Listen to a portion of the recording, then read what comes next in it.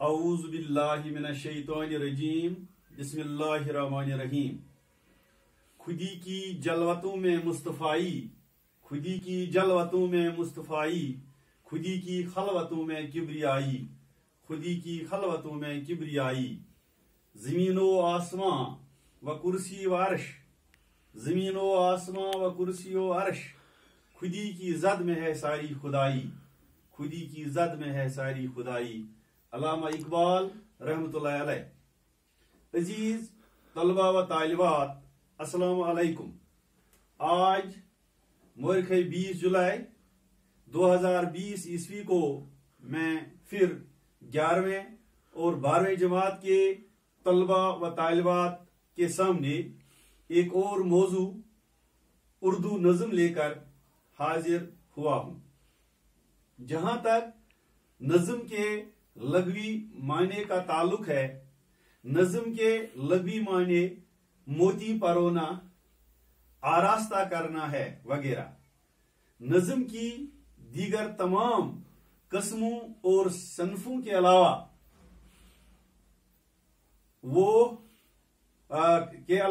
خود نظم بھی ایک صنف شاعری ہے۔ جب نئے خیالات عام ہوئے تو اردو نظم کے روایتی اسالیب میں بھی تبدیلی لانا ضروری سمجھا گیا۔ اس طرح نظم جدید کا آغاز ہوا۔ موضوع کے اعتبار سے نظم جدید اس نظم کو کہا جاتا ہے جس میں نئے نئے موضوعات پر نظمیں لکھی جائیں۔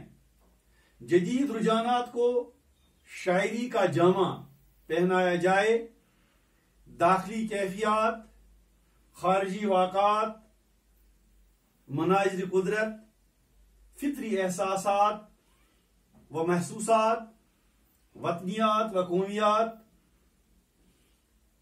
انسانی رجحانات اور عصری میلانات کو بیان کیا جائے۔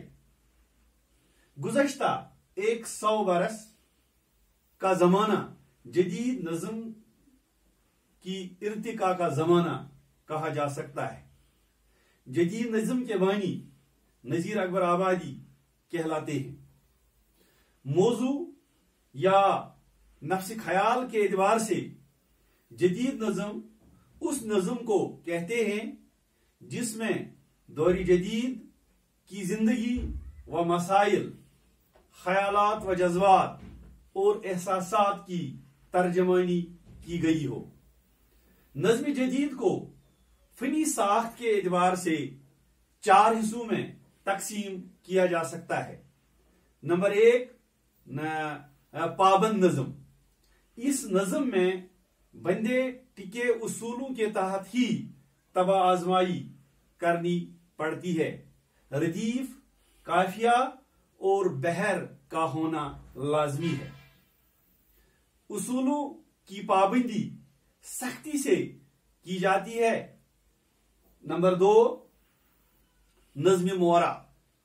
اس نظم مورا اس کے تمام مصرے برابر ہوتے ہیں یا برابر ہونے چاہیے۔ اس میں قافیہ کی پابندی نہیں، اس سے نظم آری بھی کہتے ہیں۔ نمبر 3، آزاد نظم۔ آزاد نظم میں نہ قافیہ کی پابندی ہے اور نہ بحر کی پابندی۔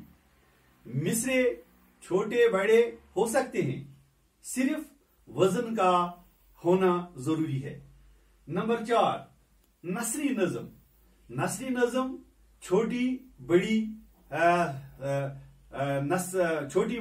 نثری سطروں پر مشتمل ہوتی ہے۔ اس میں ردیف، قافیے اور وزن کی پابندی نہیں ہوتی ہے۔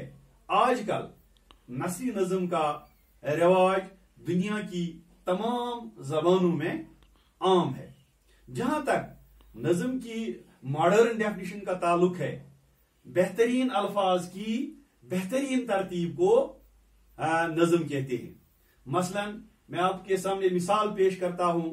علامہ اقبال کی ایک نظم ہے دنیا کی محفلوں سے اکتا گیا ہوں یا رب، کیا لطف انجمن کا جب دل ہی بجھ گیا ہو، سب باندھے دونوں جانب بوٹے ہرے ہرے ہوں، ندی کا صاف پانی تصویر لے رہا ہو، پھولوں کو آئے جس دم شبنم وضو کرانے، رونا میرا وضو ہو، نالا میری دعا ہو، پچھلے پہر کی کوئل وہ صبح کی موزن، میں اس کا ہم نوا ہوں، وہ میری ہم نوا ہو۔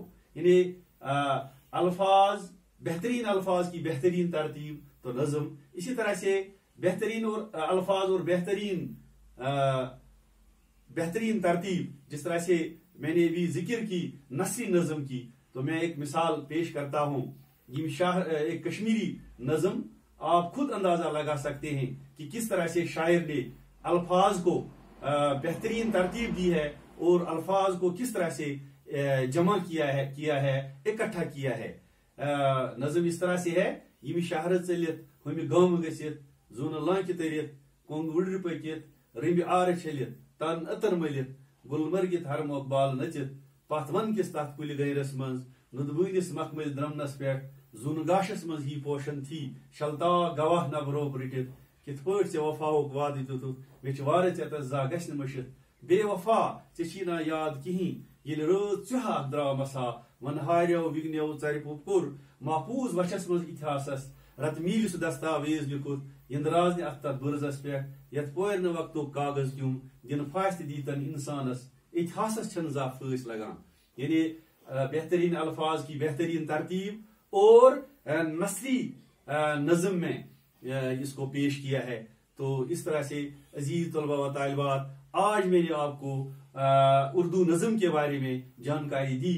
مجھے امید ہے کہ آپ نے اس کو اچھی طرح سے سمجھ لیا ہوگا اور گھر پر اپنی کتابوں کو دیکھ کر اور بکس کو کنسلٹ کر کے آپ اس کو اور سمجھنے کی کوشش کریں گے۔ وآخر دعوانا الحمدللہ رب العالمین۔